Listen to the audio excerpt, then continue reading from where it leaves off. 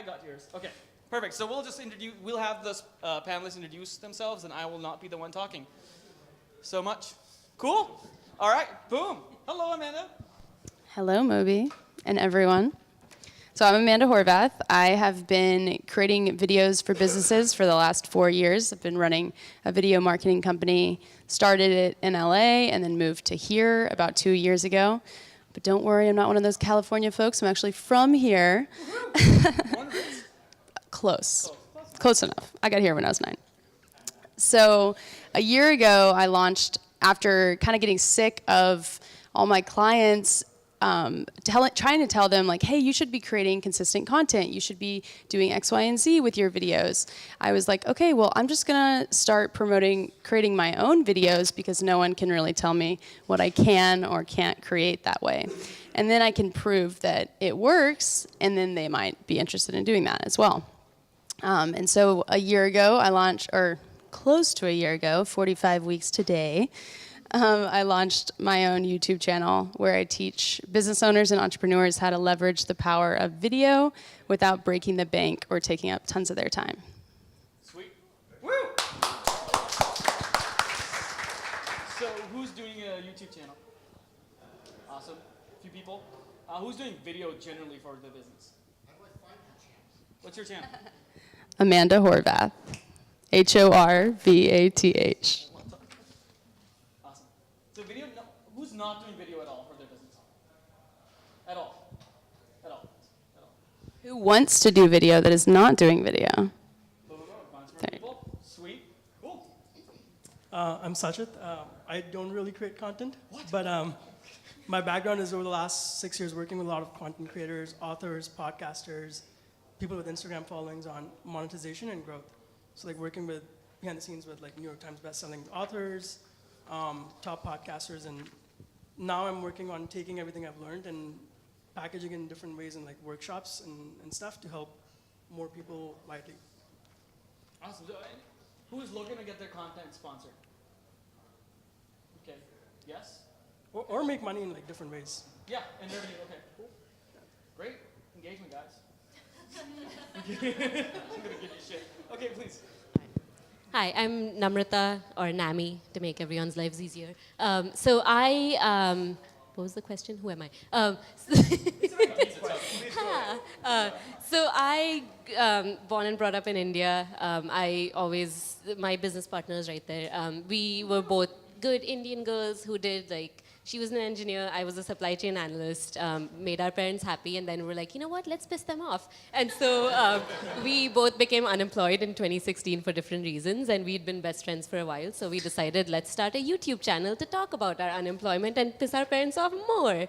And so we started a channel called the 9 to 5 Misfits, created somewhat of a niche following, and then people started hiring us to make videos for them because we made about 100 videos in a year and a half and just inundated people's feeds. And so now I run a video marketing company with my partner called Misfit Communications. We make videos for corporates, small businesses, just very sort of personality-driven, human-centric, just to tell people stories and help them connect better with their audience. Sweet. My turn. Your turn. All right, I will keep mine as concise as possible. My name is Chris Michael Harris, and I started my entrepreneurial journey, at least my first official entrepreneurial endeavor, from my college apartment. And it was a brick and mortar service-based business. And through the use of content, we grew that business to multiple 7 figures within 36 months from that time, with literally like not a clue in the world as to what we were doing. So from that point, really kind of doubled down on content and started a podcast because I was having these amazing, like ridiculous, really tough times growing a business as quickly as we were. And I was like, you know what, someone needs to hear this and what's going on. And we decided to launch a podcast. I was having these high-level conversations. Let's record this so somebody can benefit from it. Within 2 weeks, that show was trending top 5 in the world on iTunes under business, health, and education, which we then leveraged to land some names like Damon John, Barbara Corcoran. I think we're at 40 New York Times bestselling authors, Grant Cardone, Guy Kawasaki. So it's like the people that I used to read their books, it's like, holy shit, I'm talking to this guy now on a podcast, which is really cool. So all of the things that I've been involved with from an entrepreneurial standpoint have really thrived and grown as a result of content. And so I presume that's why Moby wanted me here tonight. But I look forward to talking more about how we've done that and from a practical standpoint, how you can do the same. Hey everyone, so my name is Kim Jimenez. First of all, thank you so much for coming out here. I know y'all can't see yourselves, but I can see your smiling faces and I can feel the energy, so it's awesome to be amongst online entrepreneurs, which is not as common in the real world. So thanks for coming out. And Moby, thank you for hosting these awesome events.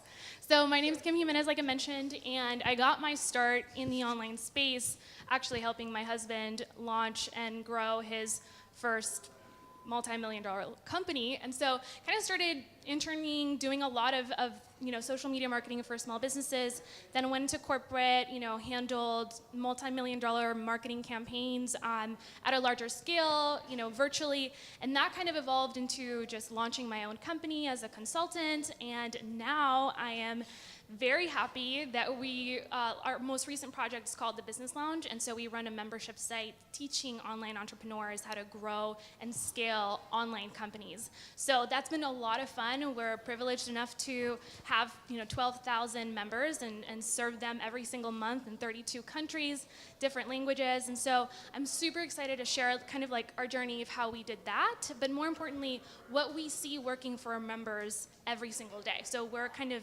in the trenches with our members, helping them build their own online companies in totally different spaces, from fitness coaches to bloggers, YouTubers, online entrepreneurs, videographers, people in very different niches that you probably never heard about, like pole dancing gear. So things like that, and we were able to see kind of behind the scenes of how their journeys are kind of unfolding. So it's really exciting to share that with you guys. Can you hear me? Yeah, everything good? Yeah, okay, good. I might not be able to hear. Sorry, was there a buzz or am I going crazy? Oh, okay. No, that's it. I'm done. All right, big hand of applause. Woo-hoo! As you can probably tell, one of those annoying people on stage who are like, let's clap for everyone. So we're going to take it into 3 steps. Number 1, building authority in your niche and credibility and getting a source of customers coming in. Number 2, building those products. What can you actually build off of content and start selling? And number 3, how do you actually build that sales pipeline?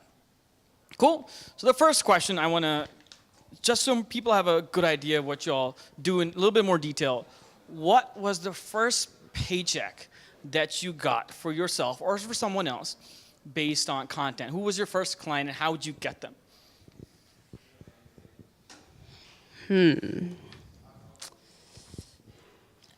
So, very first paid customer. Honestly, okay, so I honestly can't remember the exact first, but when I was starting my career in LA, I am a bit of a gym rat and love working out, and there was this yoga studio that was $300 a month that I couldn't afford. And so I went in and said, hey, can I just create a brand video for you? And in exchange for a membership, and they were like, yeah, absolutely. So I created that video for them, and I got the membership, and then started working with them consistently and creating consistent client videos for them. They were really looking to become an authority within their industry and kind of go beyond the local yoga market. So. Yeah. What were the next 6 months of getting customers? I did a lot of free classes at gyms. I have not done paid traffic ever. It's all been word of mouth. And so I had this strategy where I'd go to a free class and then I'd find the business owner and be like, hey, by the way, I think I have a pamphlet in the car if you want a video. So that's kind of how it started. And then Craigslist is huge. Yelp is huge. For at least what I do, a lot of people discount that. So Craigslist, if you are a service provider, post on there. It might seem scary, but it's normal. Got a lot of great clients from there. Post on Craigslist right now? So there's not a lot of creeps, or there? No, I've gotten really legitimate jobs off of Craigslist. And then Yelp too, when I first moved to Austin, I was one of 5 videographers, or maybe even one of 3 videographers listed on Yelp. So my SEO is amazing because if you search videographer Austin, I pop up as the best in Austin or whatever, purely just by having that listing. So anything that you can do, right? Yeah. Sweet. So getting a concert sponsored, what was the first piece of content you got sponsored, like from a big sponsor, and this was serious? Can you talk about that client or no? Do you want to hear the story of how I got it first? Yes, both. Okay. So I also quit my job like you did back in 2011. And basically like Very smart. went traveling for a while, and then I moved to San Francisco in 2012. And for the whole year, I was basically like emailing companies and CEOs, just being like, hey, I'm a marketing consultant. Didn't even really know what that meant at that point. Just trying to get gigs, and like nothing happened. I was offering like free work to companies. And one of the podcasters I emailed was Andrew Warner, who runs Mixergy. And he was living in DC at that time. And I emailed him, and we got on a call, I shared ideas with him. He was basically like, oh, I'm not ready for these ideas. And I was like, that's a nice way to tell me you're not gonna hire me.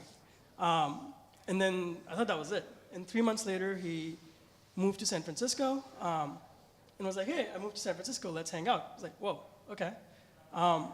So I found out where he was working from, which was this co-working space or office space called Regis.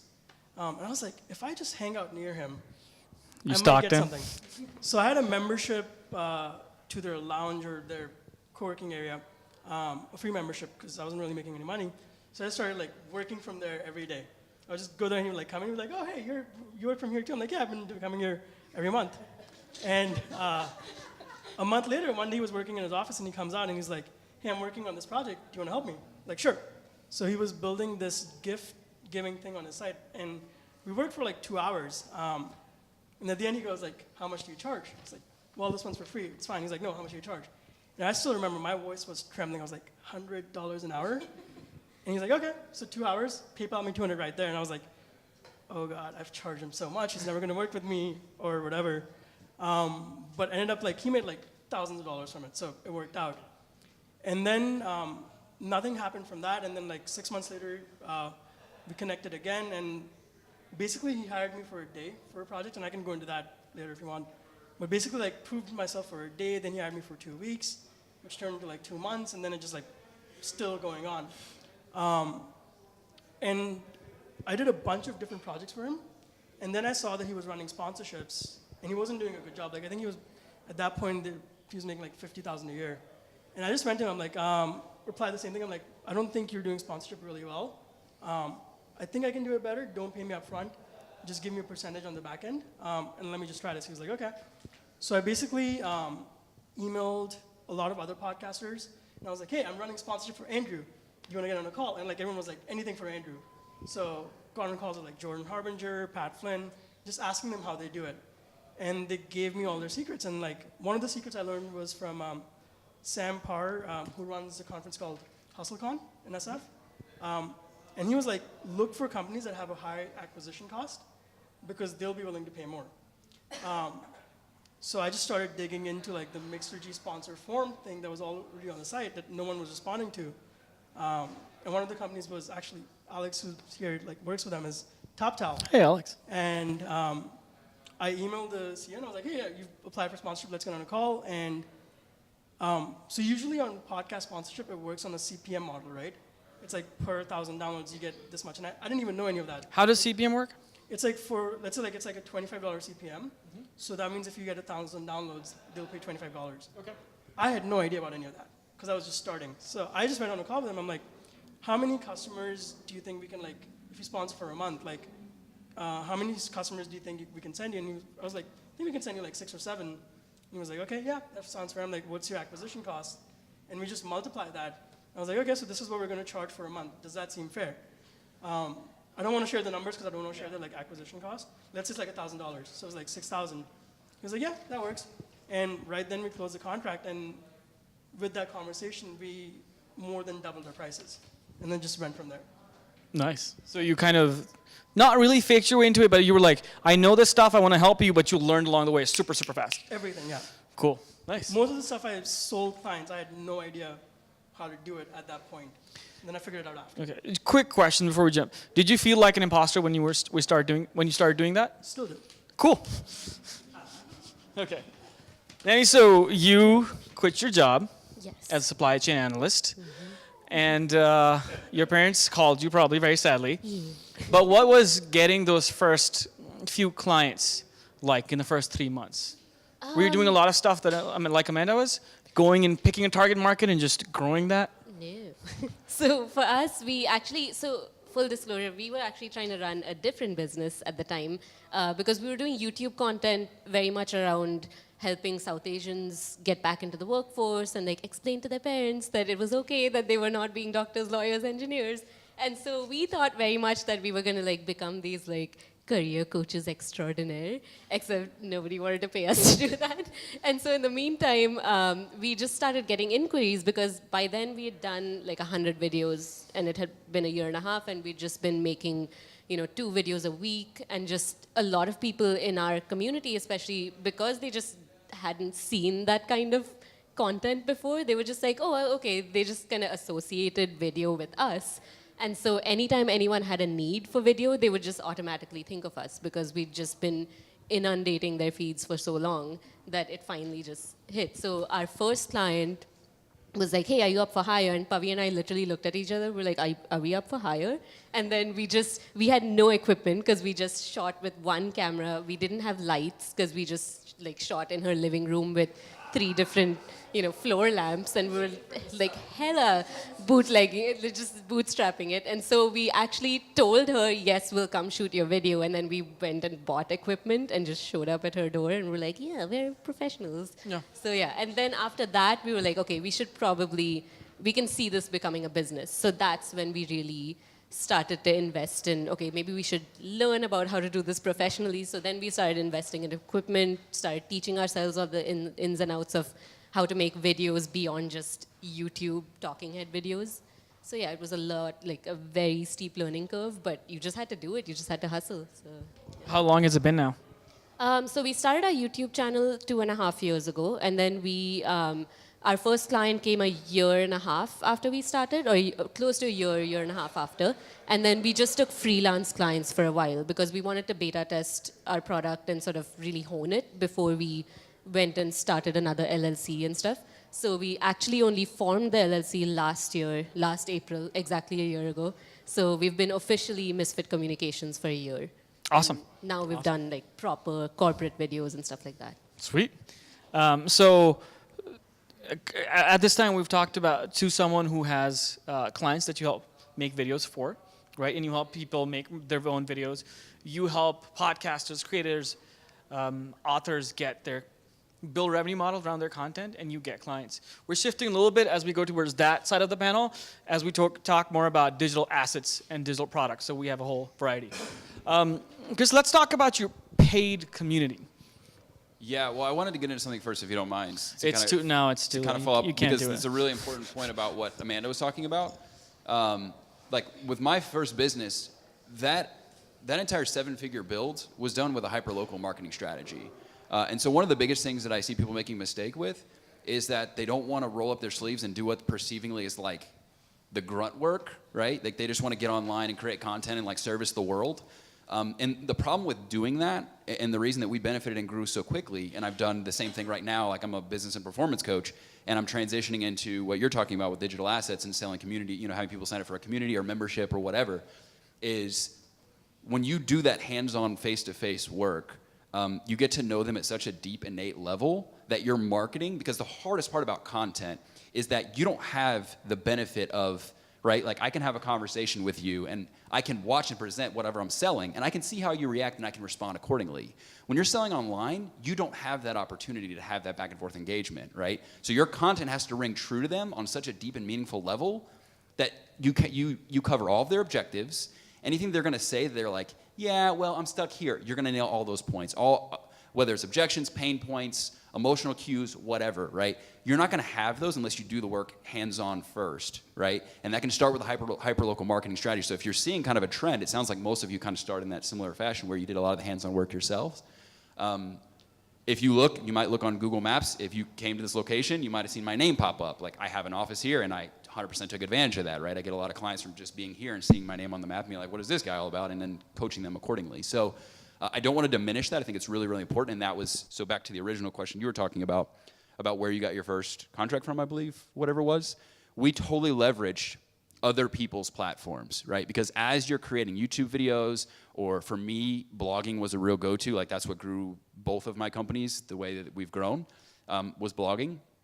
But you may need to eventually, or I'm sorry, you may need to initially take advantage of other people's platforms, right? So you talked about Craigslist, Yelp, if you can get features from people that are local, and so on and so forth. If you want to do your citations, your local citations, so you can get aggregators to have you populate your listing here in Austin, that could really benefit you. But I don't want to diminish the value of that because it's highly, highly important.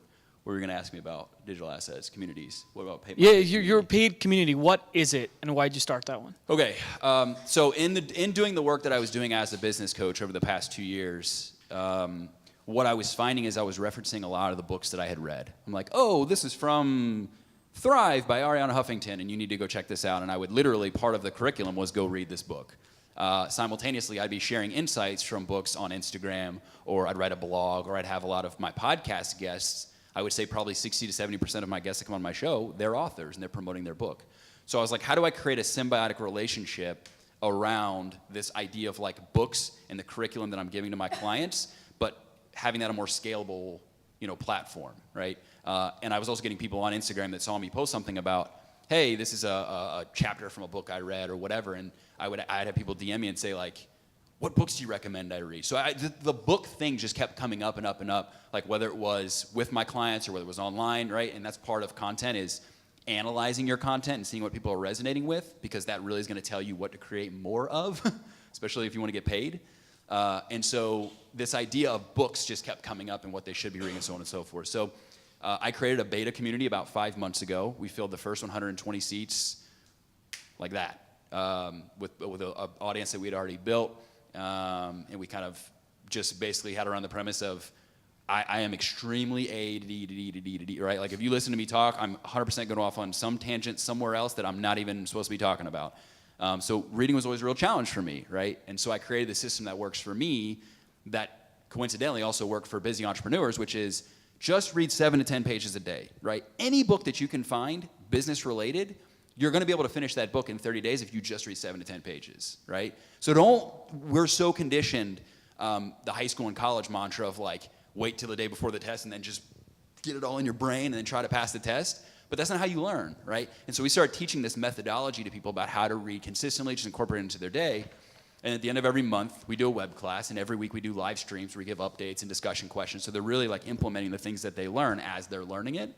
And so far, and this is the beautiful thing about everything I've been talking about here, is I got to know at such a deep level what people needed, right? Like what they really, really needed when it came to reading and when it came to learning and getting, the benefits from that.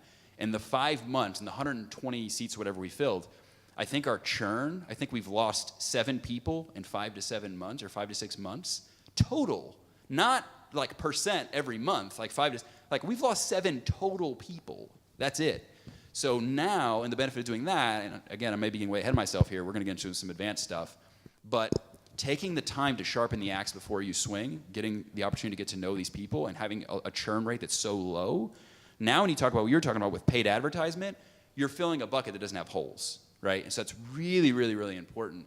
And plus, while you're beta testing that, to be able to slow down in beta and get to know what those people want in that paid community, right? Asking them, pulling them aside and having beta groups within your beta group, right? And talking about what they're looking for specifically from this community, how they're benefiting, what they don't like about it, what they want to see different about it, so on and so forth. What you're learning is literally the messaging that you need to utilize when you do a paid ad, right? So that you can fill that up really quickly. And I'm gonna let Kim talk more about that, because that's exactly what she's been doing with content, with her paid advertisement, is she's grown her community from 250 people to 1,050 people in like 6 months, from literally almost exactly what I'm talking about. So it's a very repeatable process. Sorry, I don't know if I just like set you up to have to talk about but it's a very repeatable process across multiple industries, and it's the same basic principles that you could apply. Oh, I'm sorry. What's happening? No, you're good. Okay. Oh, yes. So you built your community, which I'm a part of. Fantastic. It actually taught me how to use Canva. I had no idea how to use it before. When you built that community, and it kind of goes into what I asked him, Why did you build it? And did you feel that you weren't an expert and you felt slightly like an imposter when you built it? Yeah, I still do. Yeah, absolutely. Yeah. Yeah, so that's a great, no, Chris never feels like an imposter. I definitely do. No, so why I built the community. Okay, so initially I started doing social media marketing for Chris's company. Kind of our friends started asking like, how are you guys doing this? How are you getting so much success? And I started a blog because I thought that's what I should be doing. This was 2012. And like a lot of you guys, I was hustling to grow my email list. Didn't know what I was going to do with it because it was just kind of, a side thing. And so that eventually led into a full-time job, clients asking for our services, transitioned into consulting. And finally, our customers were basically telling us, like, how can we get more access? Like, yes, you're managing all these huge campaigns, and we love that, but can you train our teams? Like, how can you develop this as an internal strategy for our full staff to, take hold of? So I started doing a lot of that, and then our email subscribers started asking just organically, like, hey, when is your first course gonna come out? Like, we want access to that. I can't afford to hire you, but I would love to learn how you do what you do for your clients. So it's just an organic process through a lot of years. I think I was doing it for 4 years before I even launched my first online course. And so launched the first online course, flopped epically, like 3 people bought it. It was terrible, spent months just killing myself trying to figure out, what people wanted and had to be perfect and didn't take the time to validate the idea. So after that process, I just spent the next 6 months like really digging into what people wanted. I started a Facebook group, charged, for an introductory class, it was like $9. People got into the Facebook group, and I started hustling my buns off, just like going live as much as I possibly could, asking questions, really digging into what were the obstacles that my audience was having, because I felt this disconnect to where I had been pushing out content for years on my blog, getting great feedback, and I thought I knew what they actually wanted, and I knew what they needed, but not what they wanted. And those are very, very different things. And so it wasn't that the first course I created was not what they actually, needed. It was that I didn't know how to package and position it in a way that was attractive to them. So kind of going through that process. It's my mom. I'm not kidding. It is my mom. Hi, Please Mom. continue. Yeah. So kind of gave it another run. People started asking, hey, can you teach us how to do blogging? Can you teach us how to do graphics? Can you teach us branding? And so through my experience with working with clients, they had basically brought me into their entire business model, right? So when you do marketing for clients, if you guys, and any of you guys in marketing, social media, any kind of space like that. Okay, so when you're working with clients, you know that your social media campaigns or your online marketing campaigns can only be as successful as their entire end offer, right? Like, you have to build their own funnels. You have to have amazing branding. It's not just, let me market this product. It's let me get into your business and figure out like exactly how to sell it and what we need to do to change, right, that business model, change that offer, change the messaging, change the copywriting. So it's all encompassing. You end up learning how to run a business in multiple different niches. So it just happened organically where people, after we launched that first course, it was not, kind of what people expected. Launched the second iteration, that worked a lot better, but still I didn't feel like I wanted to have a business where I was launching constantly to try to get new customers. And slowly through just asking people what, they actually wanted from us, decided, hey, let's just try a membership. Let's just see how it goes. Had no expectations for it, thought it might be a complete, flop. Just put it out there, and we got our first 80 members literally the second day that we opened the cart. So that was a really good indication for what people actually wanted, and I felt more prepared. But then instead of just coming out with all these courses and all this content, we built it with our community. So I said, guys, literally, I'm going to let you choose exactly what you want in the membership, and we're going to build this thing together. So every week, I was asking questions, I was throwing surveys, polls, I was going live, asking for exactly what their challenges were. Until this day, every time we launch new content, every single piece that we release into the membership is 100% dictated by our members. And even though they don't always know exactly what they need, we kind of get a feel for what they want, and that's what's helped us grow. Awesome. So let's get some customer development right here. Who's doing services? Who's selling services? Okay, It's about 20%. Who's selling products, physical products? Only 2 people. 3, 4, 5. Cool. And who's selling, who wants to or is selling digital products like a paid community, a course? What's up? And who wants to do that? Okay, so a bunch of people. Perfect. So let's say I'm starting out. Someone shout out their niche. What category what people they serve. Management consultants. Boom. Boom. So what platforms are you using right now? Multi-channel webinars. Awesome. Email campaigns. Sweet. What about you? Oh, her. But you can tell me too. So what platforms are you using right now? In terms of Like you're making content. Facebook, Instagram, email, Perfect. all the things. Perfect. Sean? Okay. No, you two. No, I'm a dick. You go for it. Yeah. Yeah. I sell AI services. Oh, sweet. So I ingest all that shit, but I do you're saying, deep dive on who's clicking on what, is it engaging, what action are they engaged? Mm-hmm. Or is somebody just blindly saying, I'm going to click a random box on your survey because I want to watch my YouTube video and piss off. Okay. Right? So that's what I do. Sweet. Don't generate. Perfect. What platforms? Yeah.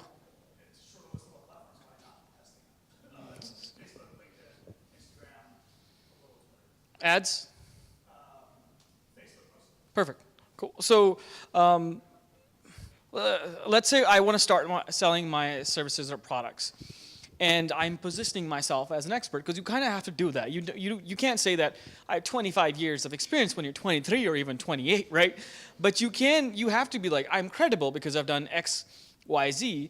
How do you, I hear this all the time, which is someone told me in a DM recently, I told him, why don't you make a course teaching people what you do? He's like, I'm not ready there.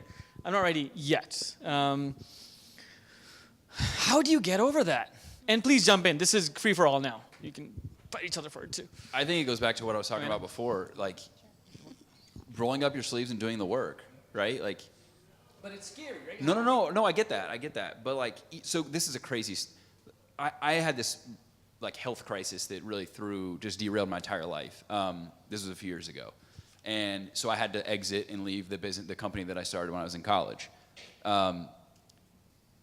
When I transitioned to coaching, I had that feeling. Yeah. I was like, wait a minute, I grew a company that was valued at $7.5 million. Like, why the hell am I having this like issue with teaching people how to do this, right? But that all said, it was like, once I got my first few clients and I put myself out there and they started to get results, I was like, oh shit, I know what I'm talking about, you know? I started volunteering, like I'm here every week. I'm here for Founder Institute. And seeing them like have these like eureka moments where like they pivoted their business or like it was just new track, it was like it was in alignment with who they are or whatever, right? Like you just have to, I don't want to like kill you with simplicity because it really isn't just this. There's a lot of mental framework that goes into this and it is an evolutionary process. But it's really being willing to step into that level of being uncomfortable and being like, you know what?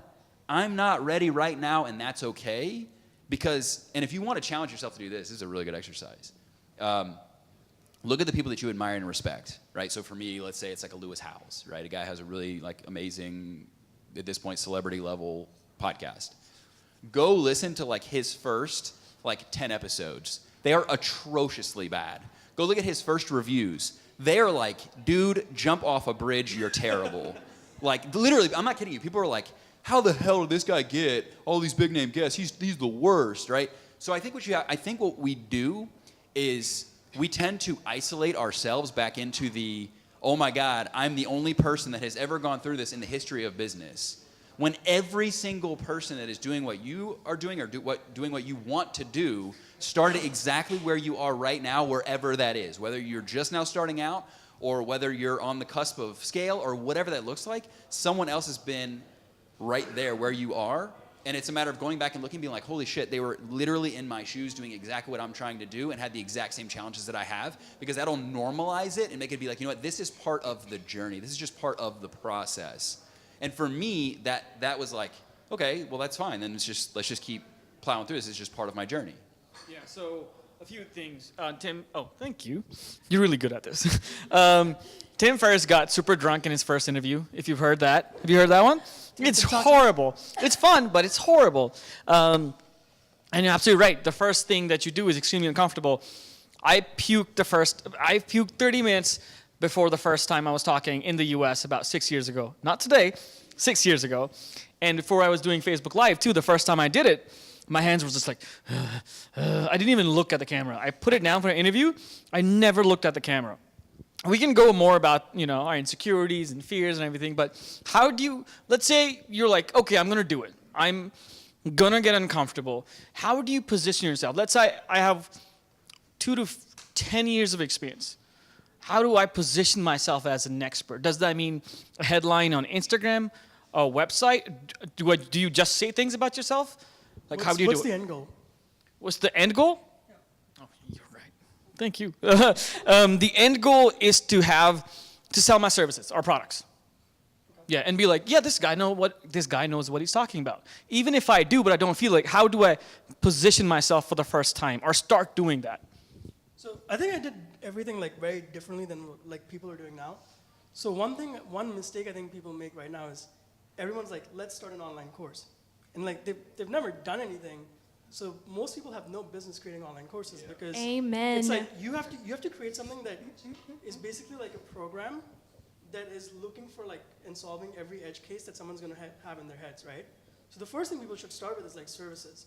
So instead of all of these things like how do I position myself as an expert or like courses or all these things, it's like just figure out who you want to help and go to them and like ask them what their problems are and see if you can help them. That's it. It's that simple. Like that's how I started. And then it just grew from there, right? And you basically have to make it, decide who you want to serve, like what is your market, and then what level of the market do you want to serve at.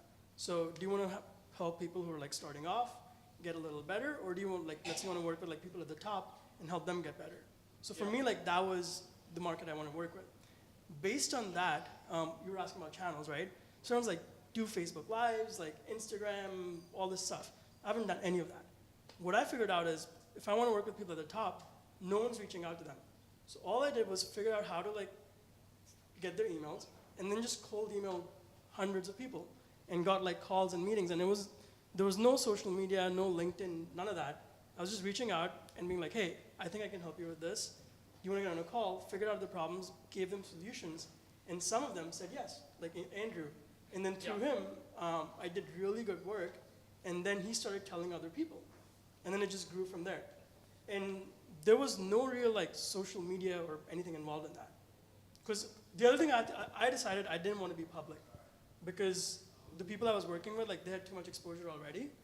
So they don't want me talking about the stuff that I'm doing with them. So these are like the decisions you have to make, but like, it's just like figuring out who you want to help and then just go help them. I think though a lot of people, just to counter this a little bit, okay, he does not want to build a personal brand at all. He wants to hide behind the company, right? So it's completely okay if that's what you want to do. Like you do not need to be an expert that is forward facing. So it depends, I think, depending on if you want to be that forward facing person or not. There is something that comes with, you have a sense of freedom when you are the forward-facing person to a certain extent because you can pivot into whatever you want, right? And everyone says start with your audience. That can be really challenging when you have no idea, right? So I think for me, like I did B School. I know you guys are affiliates for them. B School's awesome, right? And I've done so many online courses. I've spent, okay, it's yeah. It is a online, it's basically the foundation for building an online business. It's by Marie Forleo. She's a total badass female entrepreneur. And so I've spent $14,000 over the last 2 years on online courses, okay? And I don't have that kind of money, right? But basically every single person is like, start with your ideal customer, which is super important. But if you just start getting on Instagram and you just start sharing your life with people, like Insta stories, it does not require any editing. So like I'm big into, okay, how do you get started in video, right? Like Insta stories, hop on there, press that button, try to go 3 times per day, like 3 stories. Just start sharing your life. Your people will start to come out of the woodwork. It is crazy how people start to come out of the woodwork.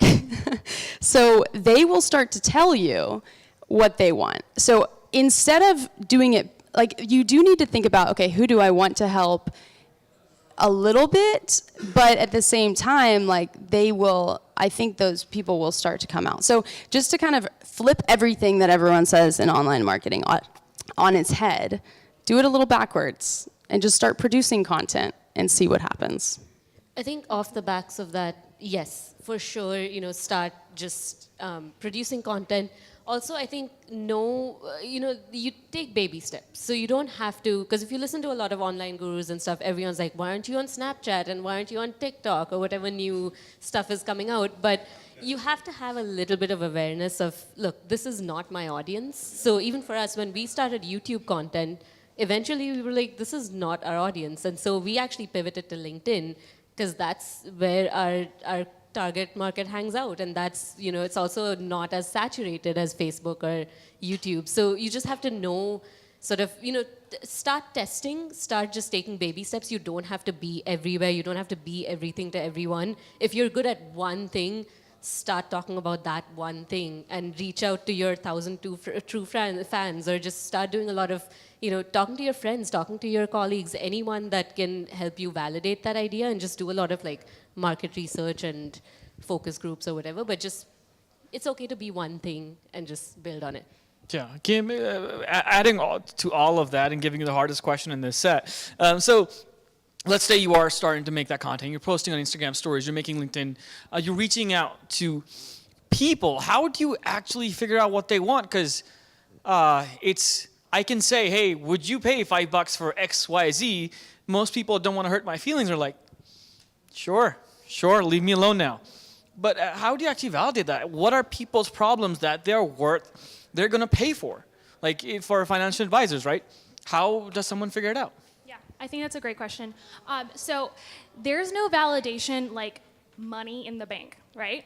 Like you can test and ask people all day long, but at the end of the day, if they're not willing to pay for it, they're not actually going to, tell you the truth. So at the end of the day, you really have to think about, okay, how can I validate this offer with real dollars? So I'm a huge proponent of doing pre-sales. I think that's an amazing way of gauging whether or not your audience is ready for a specific offer and getting paid up front. Maybe you offer a massive discount for your pre-sales. I did that with the Business Lounge and it worked really well. I did it with my second course and it worked really well. And so it's about testing an offer, right? You have to, and I totally agree with Amanda. I think that there's a balance here between making an educated guess and then actually testing it with a real audience. There is no perfect balance. You have to figure that on your own, and no online guru is gonna tell you this is exactly what you need to do, because everyone's journeys are totally different. Like, you are in charge of that. Like, take ownership of it. At the end of the day, it's your responsibility as the entrepreneur to figure out what people actually want, and we can whine and complain and say like, oh, I'm not sure, or, people are confusing. If everyone did this, no one would actually get any products into the real market. Like, at the end of the day, just put something out there and see what people say. They're going to hate it or they're going to love it, and both are amazing. If they love it, great, you have a solid product. If they hate it, even better, because then you don't have to waste your time and your energy like I did with my first product, slaving away for 4 months trying to figure out like, how do I teach people how to do this, and then have 0 customers. So pre-sales, I think that's an amazing way. Another thing you can do is collaborate with other people. Dude, just have common sense. Look at your market. Look, it's this simple, seriously. Go look at what other people are doing. Is there a market for that offer? Do you have competitors? That's a great sign that people want to actually buy what you are selling. And then just literally take a spreadsheet, figure out what are my competitors, what are they selling, what is the price point? Business 101. It works every time. And the problem that we face a lot is that we're seeing this new trend of everybody's an expert, right? And everyone's like an Instagrammer and a YouTuber and a blogger, and that's fantastic. I'm so for it. But at the end of the day, if you don't do the business work, the hard stuff, you're never gonna know what your audience actually wants. You're just gonna keep throwing content out there and then seeing, okay, well, we get a lot of engagement on this type of post, or we get a lot, and those are good indicators, but at the end of the day, you're not gonna know until someone actually opens their wallet and gives you their money. So that's my answer. Do you want to add something? Well, I'll just add something super quickly. She made a comment that made me think about this, of some people are going to hate it, some people are going to love it. The majority are going to be impressed that you're doing it. So it's simple. One other thing too, because Yes. this is really important. This is more for the dudes in the room, because I see this more with men than anybody else.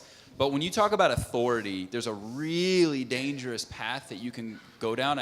Again, I'm talking mainly to the guys. I see this more with men than women. Is that we think that we have to position ourselves as the hero. Like, that we have conquered the mountain and we have just done all of this stuff and we are friends with whoever, right? Like, or whomever. Note in my introduction, my little elevator pitch, I was like, well, I've had Damon John on my show and all these best-selling authors. Like, that's the typical male thing that we do, you know, as a puff out our chest or whatever. That is going to murder you in the online space, because people want a guide, not a hero, okay? They want to be the hero of their own story. So all you have to show when it comes to authority is, have you done it? Have you helped someone else do it? And can you help them do it? Those are the only three things you have to do. But I made a very critical mistake thinking, because you see all these, like Kim was talking about, the Instagrammers that are like, I'm an entrepreneur and I've done this and I have biceps that are this wide, like all this, you know what I mean? And like, so we fall into that trap. It perpetuates this entire community of people that think that they have to like outdo that guy. Well, I've got biceps this big or whatever, my chest, you know, so like, that is not a people want a person. They want somebody that is literally going to guide them to figure out whatever they need. And 10 times out of 10, they will buy from that person over the dude that has the big biceps, right? That's just the way it is. So really, really important. I know I'm speaking more to the men than the women. I've not seen women really do that, but I'm sure it happens too. But when we talk about authority, make sure, because that's a really dangerous topic when it comes to that, in my opinion. That felt super personal. Anyway, so One more thing. yes. So one thing to add, because I faced this when I started out, is when I looked at all of these big names, I thought all of their business would be like perfect. And when I started actually talking to them, I was like, holy fuck, like this is not as good as I thought. Like I've worked with people who've written the marketing bestsellers and gone in and looked at their marketing and been like, fuck, okay, we got a lot of shit to fix. So I think like this is where like the imposter syndrome comes in. Like you think everything's perfect, but it's really not. And all you need to do is like, so one line I always use that really helps is like, hey, I just want to ask you a few questions about this. I have nothing to sell you. Yeah. And I'm going to talk to like 10 to 50 people about this. And if you want, once I've spoken to these many people, I'll come back and tell you what I found. So this is a really good way to like go into like almost like any industry and just start having conversations. Because like, how many times do you have someone come to you and is like, tell me about your problems, and I'm just going to like shut up and listen and not sell you anything. Because I remember one time I started like looking into like the trade show industry. I randomly emailed someone on LinkedIn and he's like, this is amazing. And within a day, he like sent me like 5 email introductions to like the top trade show companies. And it just like opened the world for me to that industry. And I thought up a product and I could have sold it, but I was like, I don't want to do this. But it was just that easy of just being like, I'm just going to listen to your problems and not sell you anything. And if you want, once I like learn all these different things and like synthesize everything, I'll bring it back to you. Okay. That's a very easy way to like open up any industry. Yeah. So kind of summarizing this part of the set of questions, which is being in your market constantly, making content even when you don't feel that you're ready, and getting those conversations started so you know what their biggest problems are, and not being a jackass about it. Because actually I did that. I wrote a sales pitch for a product once, and I gave it to my friend on Google Docs. He's like, that sounds so stupid. Oh my God, you sound like such a dude. I'm like, what? That's crazy. Okay, so so some more niches. I'm curious about some more niches. People said a bunch. Yes? Fishing industry? Coffee, very different, but okay. To advertisers, sweet. Kind of services. Boom. Fashion? Okay. Perfect. Okay. Live performance and performing singer, actress kind of. Okay, so like those packages, right? Like I can do this. Sweet. VR. Augmented reality real estate. Cool. Sweet. Yeah. Sorry. So I help conscious entrepreneur startups define their niche and clarify their message so that they can make, so they can grow their business profitably. Okay. Yes. Weight loss for men over 40 who are 70 more pounds. Awesome. Sweet. Okay. Would you guys say you're? I'm hearing a lot of. Is there more B2B than B2C? Are you B2B? It sounds like a lot of you guys are. Business Like, to do you do business. business with other businesses, or you do business with like consumers? Yeah, both. But it's still Sure. good to know. No. But I commend you for doing that because a lot of people that are in the B2B are like, I don't do content, I'm in B2B. And so I'm glad that you guys recognize that that is a very false narrative. That's the only reason I was highlighting that. Yeah. Also, do y'all want cheers? There's cheers here. I'm sorry. Okay. Cool. Stand. Fine. It's fine, Sean. Okay. So, quick question. Do you want to know more about what kind of products you can make, like paid memberships, or go right into how do you convert from content? You said so. Cool. So mostly convert, right? Someone disagree with me super quickly. No one's doing it perfectly. That's my question. Cool. So let's say you want more clients, right? And you're making that content which serves that audience, which is how do you make video content as a busy entrepreneur without breaking the bank?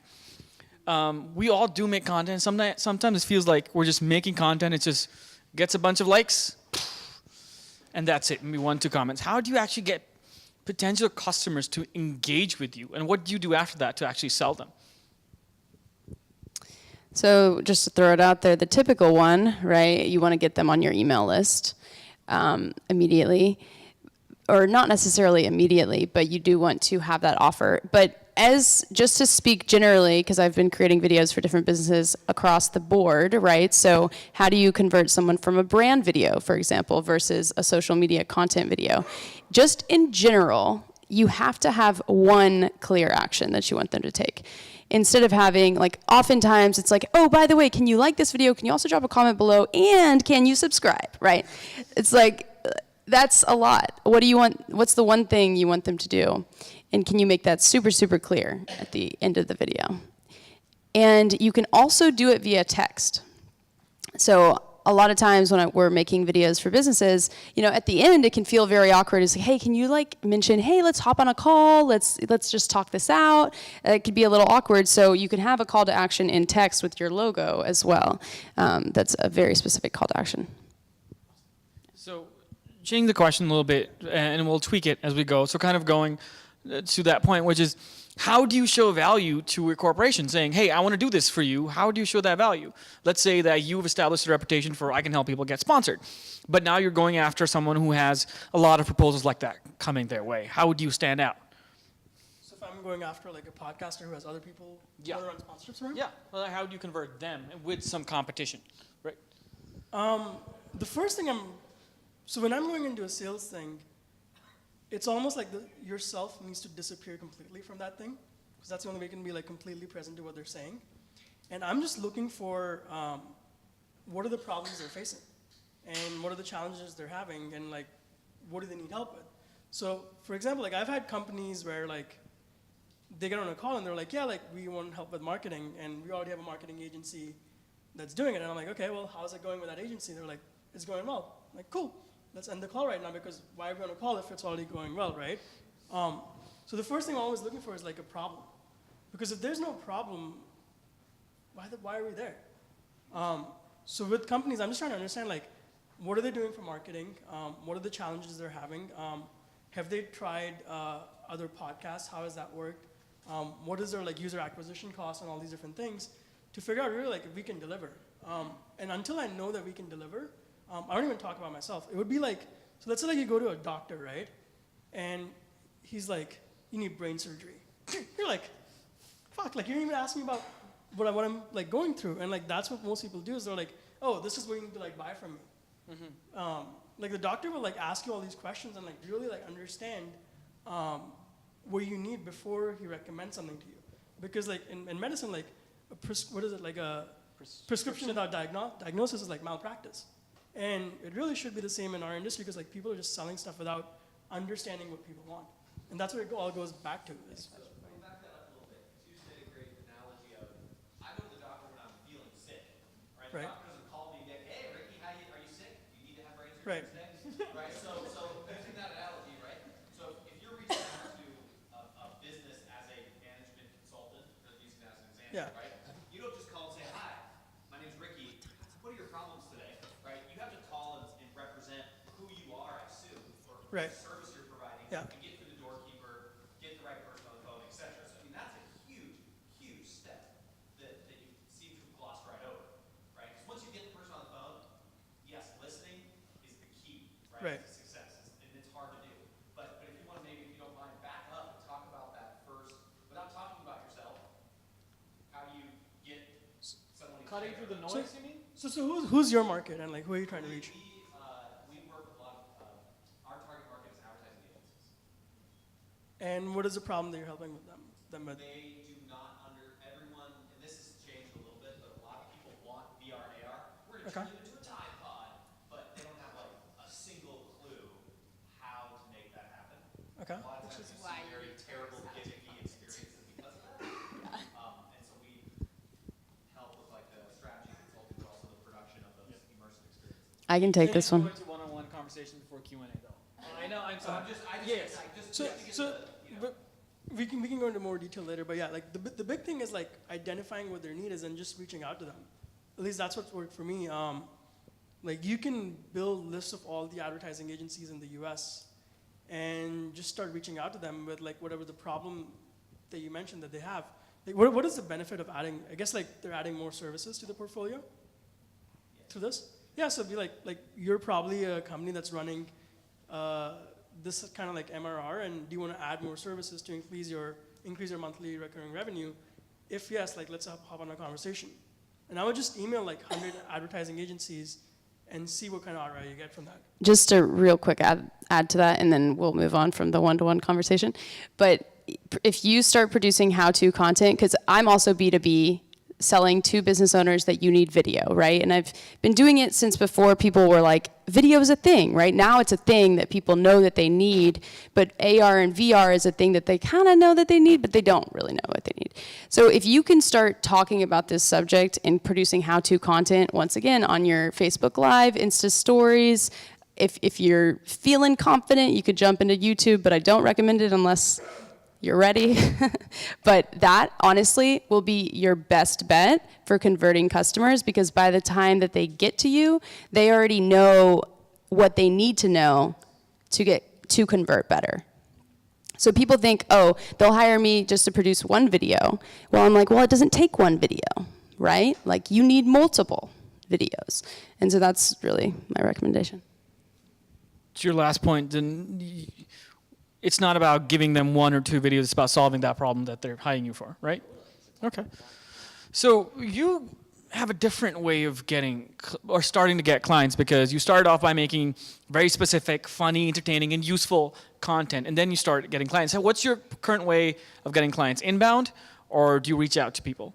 Both. So we do a lot of relationship building and a lot of face-to-face. So I mean, thankfully I'm a rabid extrovert, so I go to a lot of networking events and just, I mean, you don't have to be an extrovert to do that, but I really enjoy networking events. So I go literally every week. I'm out at like 3 or 4 events a week.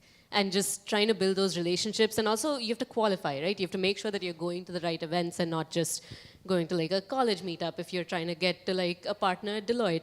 And so trying to figure out what the right places are. And of course, I just moved to Austin recently. So for me, it was a bit of trial and error. So you just have to put yourself out there. And then another story, if I can get into it really quick. We initially started with 9 to 5 Misfits, which was very catered to South Asians, making like edutainment, funny, goofy content about, hey, here's how you get back into the workforce.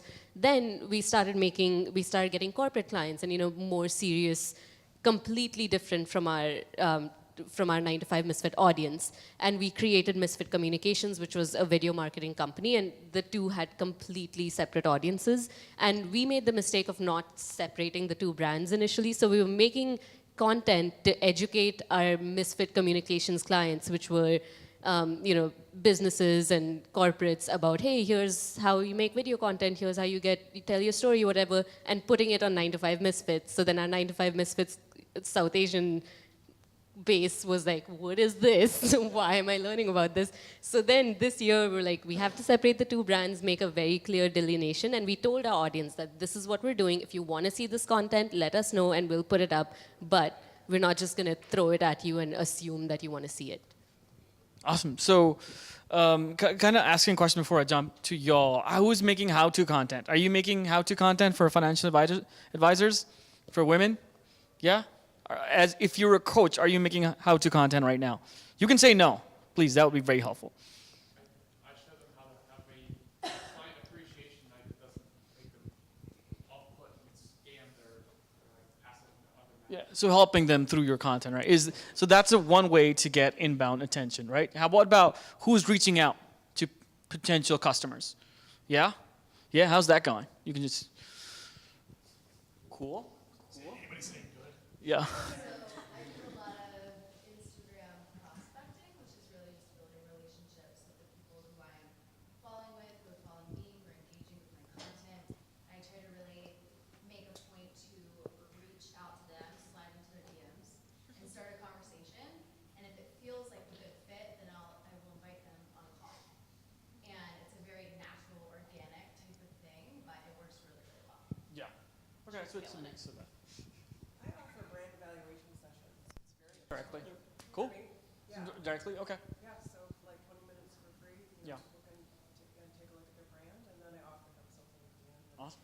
And it also is really great to do the market research and find out what the problems are, because on the Calendly I have like 5 or 6 questions that are, what are you really, what are really your problems? And so by the time I even on the phone, I already know what the problems are. I've already looked at their social sites, so I have a good grasp on it. And Yeah. I can just dive right in. Just like a doctor should, right? Yeah. Okay. Yeah. So no, I agree with that, which is you make content that addresses the problem/needs of your potential customer, and that's some inbound, but you combine that in a local market or very specific market and reach out constantly, right? So Or send in that video. yeah, what video? A how-to video. Yeah, directly? Yeah, so like, okay. Yes. Real quick, because I do this a lot. So if you create a how-to video that is something about the major problems that your customers are facing, and you can figure out how to, like, you've worked with these customers enough, you know your customers, you know a lot of them. So like, as I was creating videos for a ton of different businesses, right? Like, I got to work with businesses across the board in terms of different industries, and I really got to know their problems almost better than they knew their problems. So if I can create a video that is like, how does she know that, right? Like, how does she actually know that that's a problem? And then you, in your outreach email, say, hey, I don't know if you're dealing with this, but I just created this video. I thought it might be helpful to you. Put it in there. It's no longer a cold email. They are getting immediate value from your email. You know, you can just have a thumbnail with the link to the video, and that'll work a lot better. That also really works well if you lurk on social media. So like if you are in a group, like I'm in a podcasting, several podcasting groups, and people ask the same 5 questions every single day. And so if I'm really, like I've created now, I have a product that we've yet to sell because we're focused on the book club, but I'm building my email list of people that are interested with that tag specific of learning to build a podcast that, and utilize it as a business or to grow a business. And I'll just drop that blog link in there. And every time, like instead of me explaining it over and over and over again, it gives them the opportunity to read that. And then I have like some call to action on there that they join, and it converts at a fairly high rate. So it's a little bit more direct than just putting it out in the universe and then hoping that somebody finds it, right? Is taking advantage, like I said before, other people's audience, other people's platforms. It's a great opportunity to do that, is to get really hyper specific on groups that you go to and put out your best content to people that ask specific questions about that. Yeah, so I went to ClickFunnels. Does anyone know what ClickFunnels is? Yeah, so it's just it's like WordPress for sales on your website, right? And their VP of marketing, actually, that's one of her biggest things. When she was growing her agency, she was like, I just hounded people on Facebook groups. And I optimized my profile so that they would look and see, oh, this person is being helpful, come back to my profile and see, oh, this is what they do, because it was super primed. And they would just say, oh yeah, I'm gonna reach out and set And up it's a call. not viewed as hijacking, because sometimes if you go to communities and you're like, hey, DM me, they get like really pissed off and they don't like that. So it's a really nice way for you to like play within their rules and not rub people the wrong way in their communities that they run, because you don't want to do that. It's like you're just giving value to that person. Right? Yeah. So it's really, really effective. So I'm glad you brought that up. It's a good point. So we kind of talked about how to start that system of creating content inbound and reaching out to start making those relationships, right? Especially if you're in a place with so many meetups, with so many big communities like Austin. How do you do that online? Because you guys have customers all over the US, all over the world. How do you start building relationships online? Because, for example, if I'm selling something around podcasting, I don't want it to be just people in Austin, but that's who I know here. Well, what the hell do I do? So I think for me, and I'll try to lead, I don't want to go like dominate, because you have a lot to provide with this as well. I think it starts with first is identifying what platforms serve what value to you. So there are certain platforms that are really keen on helping you with discoverability. Podcasting is not one of them, right? Like, it's very difficult with the amount of podcasts in the market to get discovered unless you can somehow rank new and noteworthy or a trending podcast on one of those platforms. But that's, I mean, Apple Podcasts, like that whole division's like 3 people. It's scary how small it is. So they're just not doing much with it. So I don't focus particularly, even though I've had these really big guests on my show.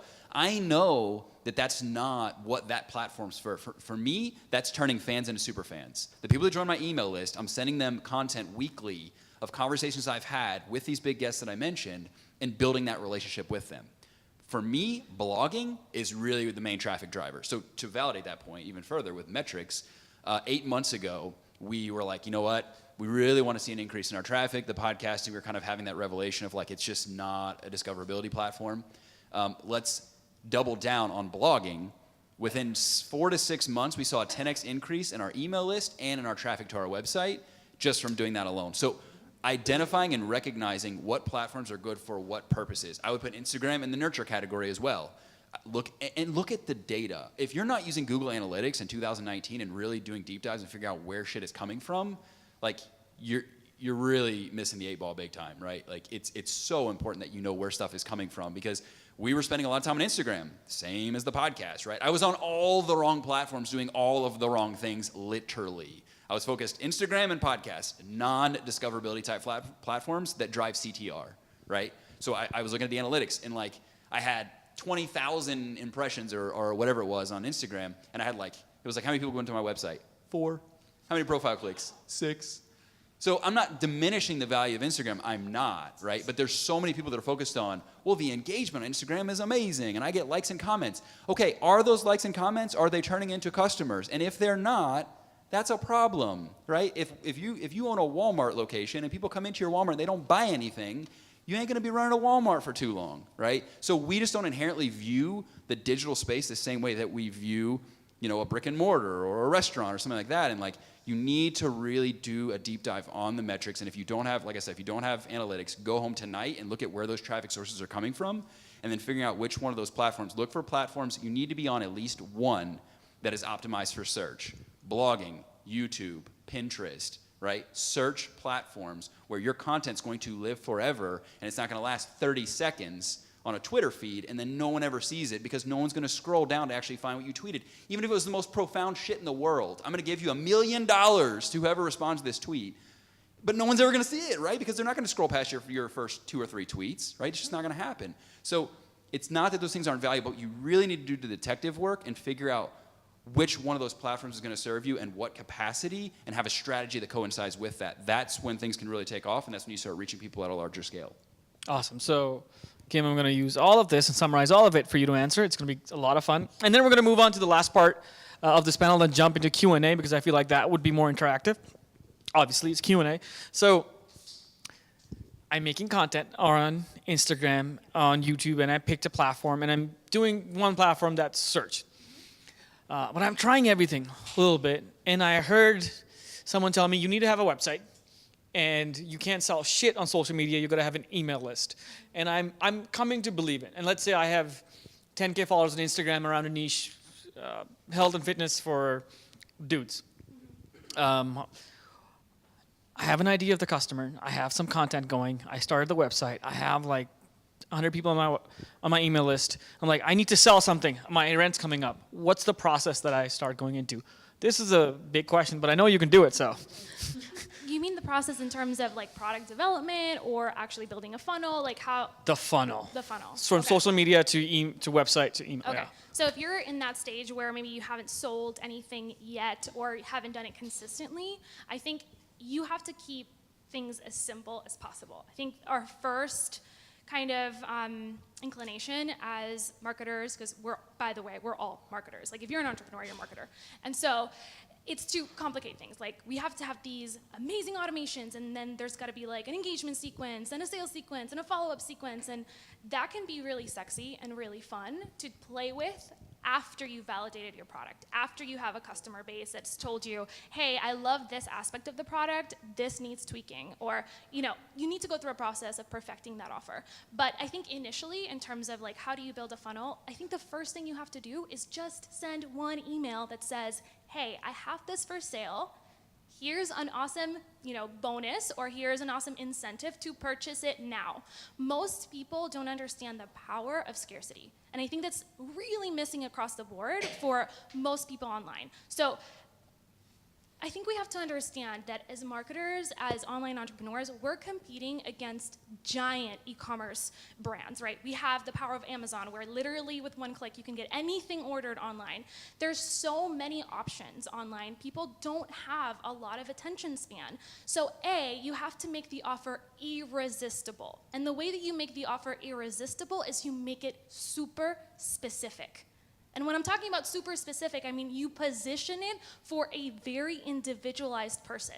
In an audience where, like for example, we have a global audience, right? We have customers from every different country you can practically think of, speak different languages, are in very different niches. And so whenever we put out an offer that's specific for a blogger or one kind of client, because we have that, in your audience, you're not always going to have people who are in the same stage. If you're a consultant, you're going to have, maybe you're a B2B, you're working with businesses who are startups, or you're working with corporations, or you're working with, Fortune 500 companies.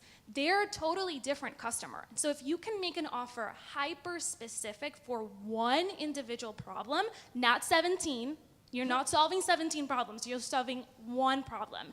And then add an extra layer of scarcity and say, hey, this offer ends in 3 days. Or, hey, here's a 20% discount. It ends, next week. Or, hey, here's a limited time bonus. You can really incentivize your customers to purchase something now. Like we see the same model, in regular retail stores all the time, right? There's constantly a sale going on. And the reason for that is because people have too many options. They might want your product. They might feel like you're the right person, but they're not buying because there's no reason to. They could buy it 2 weeks from now.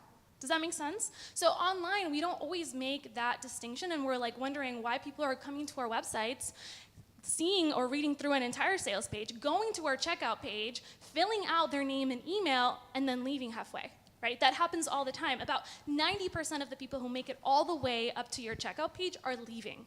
And so if you can find a way to really level up your offer and position it in a way that screams to them, this is what I need and I need it now, it'll help you get some momentum. Now you have to be really careful with scarcity. It has to be authentic scarcity, right? It has to be real. You can't just like put a countdown timer in and then it'll reset after the 3 days and the offer is just evergreen. You have to be careful with how many times you promote the same thing. 90 days is usually the key. You don't promote the same thing to your entire audience for 90 days, because then it just gets boring and repetitive. So make it, I tell my audience all the time, my members, you need to have a promotion calendar. We all usually have content calendars, but we have 0 promotional calendars. And so not talking about the stuff that you actually sell at the end of the day doesn't make you money, right? And so there's a very interesting balance that you have to figure out through experimentation of how many content pieces do you put out and how many times do you actually sell something. So I usually tell my members, and this usually gets like a lot of resistance, but I say, hey, have something that you're selling every single month. Throw out an offer. Maybe it's not to your entire list. Maybe it's a segment of your email list. Maybe it's just to your YouTube subscribers. Maybe it's exclusive for your Facebook group. But have something out there that you can start testing and experimenting with. So I think that's just a step. The first step is just get something out there, do it consistently, test, experiment, and make sure that it's a lot of scarcity. And of course, it is super specific. Awesome. Sweet. I have a question. Yes, we might not be able to answer it, but you can ask right now. I was just going to say, I heard your question more as like, what if someone is starting from like zero? They don't have the list, they don't have the followers. Like, what is that first thing that they can do to start selling something? Okay, so you have no list, no followers. Well, yeah. I'm not you, I'm talking in this scenario. Yeah. Okay, so this is the case, and I see this all the time as well, leverage other people's audiences. That's simple, right? So if you, and this depends on, who you are selling to, right? So if you're selling services, and you're selling services like the VRA business, for example, it's a very hyper-specific niche. You have to figure out where those people are hanging out. They might not be on Facebook, they may be on LinkedIn, maybe they're on very hyper-specific forums. Maybe online doesn't make sense and you need to create that market. You have to figure that out. If you're selling services, it's gonna be different than if you're selling physical products. But if you're selling physical products, for example, one of the easiest ways to start making money, and I'm telling you, there's brands out there that don't put out content at all. They leverage other people's, audiences, and that's where influencer marketing comes in, right? So you can start reaching out, make a list of 30, 40, 50 bloggers, YouTubers, podcasters, people whose job is to build a community for you, send them products. I do this all the time with my members, especially when you're in the physical product space. This is awesome. You can send them products, ask them for, an awesome review if they love it, and just hustle your buns off doing that. That's a really great strategy. But then if you're selling services, you could do the same thing. Establish your authority through relationships. So get featured on podcasts, start guest blogging. There's tons of companies that need content. We take a new guest blog every other week because it helps keep our blog fresh. So if you start leveraging other people's audiences and their eyeballs, that'll be a lot easier for you to start getting momentum. No list, no social media following, no money, no paid advertising. The internet is free, y'all. You gotta use it. Awesome. So actually, that's a much better question than I was going to ask. So let's ask that question for every single person as the last question, then we'll jump into Q&A. If I have nothing right now, Chris, and I want to make a paid community, let's say I am an expert, but I'm not making any content right now. I don't have a list, but I know my shit really, really well about how to make videos, right? What do I do? And you can go high level on this. You said to have a paid community? Yes, because like what you did. Yes. Well, so the key distinguishing factor of what I'm doing is that I was already doing that work as a coach, right? And so that was an easy transition for me. I wouldn't go from zero, as I mentioned before, I wouldn't go from zero to community, to digital product. I wouldn't do that because like I said before, you don't have the benefit of having the one-on-one with that person to even know, like him said, what's the one thing? How the hell are you gonna know the one thing if you haven't had that interaction with people over and over and over again to be able to just jump straight to community? I think you're gonna fail epically. I think if you're gonna jump into just selling digital products or courses or memberships or whatever, and you don't wanna take that, you can't. Entrepreneurship, there's one fundamental truth. You can't skip the steps. You can do them more efficiently, but you can't skip the steps. You have to do the work, okay? And that's a fundamental, universal truth, and I've seen it over and over in any business. We've tried all these growth hacks and all this bullshit that just doesn't work. It just doesn't, right? There's things you can do like collaboration. That is a growth hack, all right? That's a real growth hack. But when it comes to actually having a community, you should get to a point where what you do it so well, and you're pushing out so much content that's relevant because of the work that you're doing in the real world, that they're like, please sell me something. And that happens. That is exactly how Kim started the Business Lounge. She was so good at what she did, managing retarded amounts of social media, for like 50 plus clients, like all at the same time. Like she had no life. It was crazy. But she was pushing out content simultaneously. It's a transition to going from service provider to content creator. While she was going through that process of working with those clients, and I've done the same thing, I'm just using her as an example, but while she was doing that, she's creating content about the things that she's doing and learning and so on and so forth. So where people literally, I mean, they were reaching out like, Kim, please, can I buy something, like anything? Can I please just buy something from you? And so that validated. No, that took a long time. No, that took a long time. And that's the other thing too. That's a really, really good point. It's not what you asked, but I want to make sure that we're being abundantly clear here. You are not going to go home tonight and start a YouTube channel, and in 3 months, you're monetizing. So don't quit your day job, all right? Keep doing what you're doing.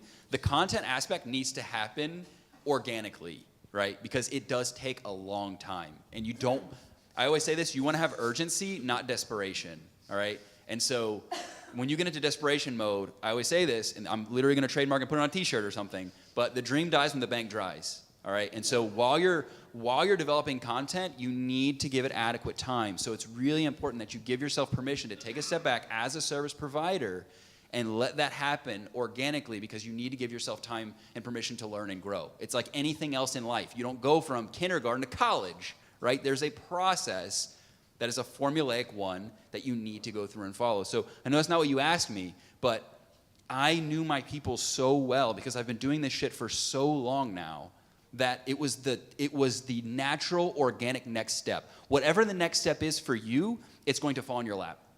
Like book club? Oh, nope. Never had a desire or a thought to do a book club, but it fell in my lap. So whatever it is that you want to do, it's going to come to you. It's just the way it works. But you have to make sure that you are, and again, I'm beating a dead horse here, but you have to make sure that you're not putting all of your eggs in that basket right now, or trying to jump and skip the steps and go from, hey, I'm really good at this thing, I'm leaving my job and I'm going to do this thing and I'm going to sell courses. I promise you, I've never seen that work successfully. Can I say something super quick? So, kind of jumping on what Chris said, I love that he mentioned that because it is a process and it does take time. But I read this quote one time and I have no idea who said it, but it was... It was me. Huh? It's clarity doesn't strike, it unfolds. And a lot of the questions that you guys have today are about clarity. Yes. What should I do next? Yes. How do I know what's the right offer? How do I reach my ideal client? What kind of content do I need to create? And at the end of the day, we can give you ideas and we can give you strategies and we can show you what has worked for us, but you're going to figure that out through doing, right? Like clarity will come to you as you do the work. And so a lot of the times, we get so flustered and so frustrated and so like in our heads about what is it that we need to be doing with our content? Like what is the one answer? Do it. Just engage. It really helps a lot. And sure, thought is important and you have to have strategy behind it. But at the end of the day, if you don't take the first steps and actually like dive into the trenches with your customers or your potential customers, if you have no idea who those people are, you're really not going to know. So take time and be patient, which is a novel concept these days. The process will reveal itself as you do the work. The yellow brick road. One last thing, I swear to God. One last thing. So when you, that might be painful. That might be painful to be patient, but I promise you one thing: getting from 6 to 7 figures happens much faster than going from 0 to 6 figures. Because when you hit scale and when you've done this work, it just happens, right? And so you know what you're doing. You have that clarity. So skill system. Yeah, so cool. It's going to take that. Just do the work.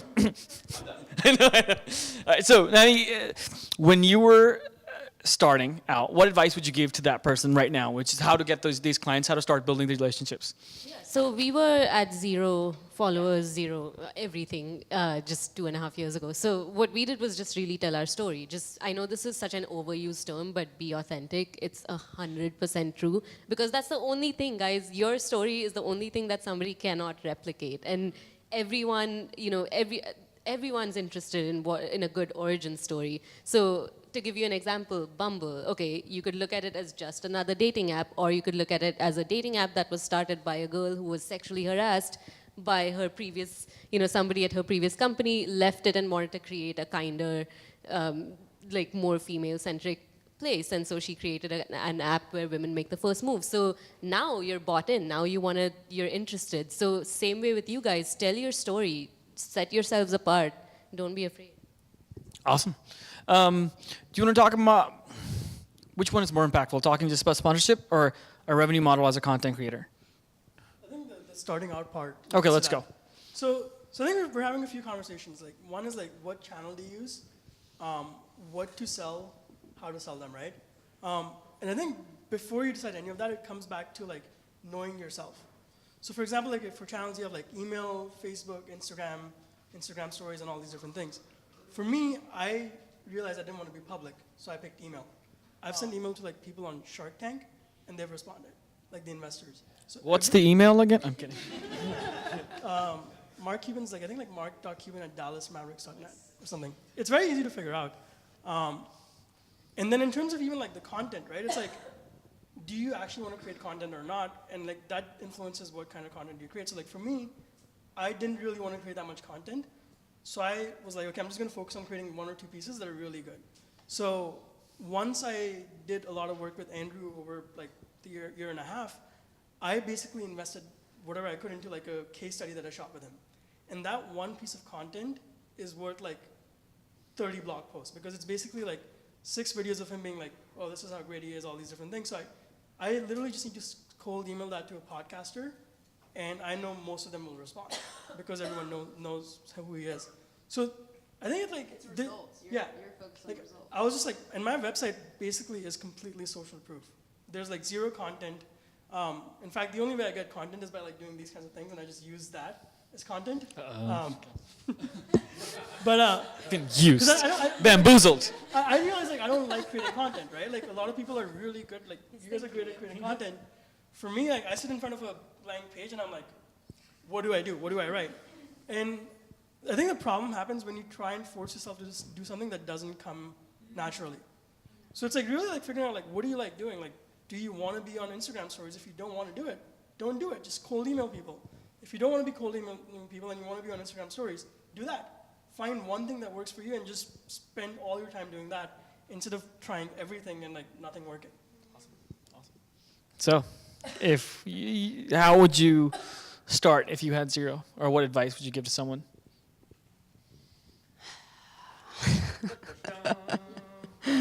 Okay, if I had 0 following, but I was an expert at what I did. All right, you guys, I was in this exact same boat like 8 months ago, right, before I started this YouTube channel. And I really, really, really, really do think if there's one thing that you did, it is to produce how-to content, period. Because 8 months ago, I was hustling for, month to month, what's the next month look like? And, during the summer here in Austin, everyone leaves, and that means everyone's business shuts down, and therefore they don't have money to create videos, right? And so the summer would always die. And no matter how much or how big of clients I had gotten in the past, it's still a market thing, and you can only forecast so far into the future. But the second that I started producing how-to content, okay, not the second. He's right. It takes time. But still, I mean, and it doesn't take a ton of subscribers, like everyone says. Like if you look at my YouTube channel, I only have 1,000 subscribers, and I've been doing it for whatever 45 weeks is, right? Close to a year. But it doesn't matter because people are seeing the content. And whether they are subscribing, liking, or commenting, people are seeing it, and they start to see you as an authority. And honestly, it's why I'm on this panel, probably. Yeah, I was gonna say that, yeah, and the other day I met with someone, and like we met through that. I ran into her at Whole Foods the other day, and she's like, hey, are you Amanda? I was like, this is awesome. Hi, yes. So it's just a thing. Like we've connected on Instagram as well. We just met tonight. Like produce how-to content, get your stuff out into the world, even like as a video marketer, right? Oh, there's so many video marketer people on YouTube. But they're not talking about business for video. They're talking about YouTube a lot of the time. They're not really, it's a different kind of market. So I saw something that I was like, maybe I'm wrong. Maybe this isn't accurate, that I'm like, there isn't social proof necessarily that people are talking about using brand videos and different stuff, but it felt right to me, and so I started sharing my truth and what I'm finding that's working, being super authentic, and it did not come naturally for me to be on camera, for the record. I was super nervous, and you can totally see my video story on this and how I overcame my fear of getting on camera on my YouTube channel. But so if you know that that's like a dream that you have, like you want to be this person that does have authority, and you're not the blonde hair, blue-eyed chick that people discount when you walk into a networking room, because people do that, then seriously, number one, how-to content.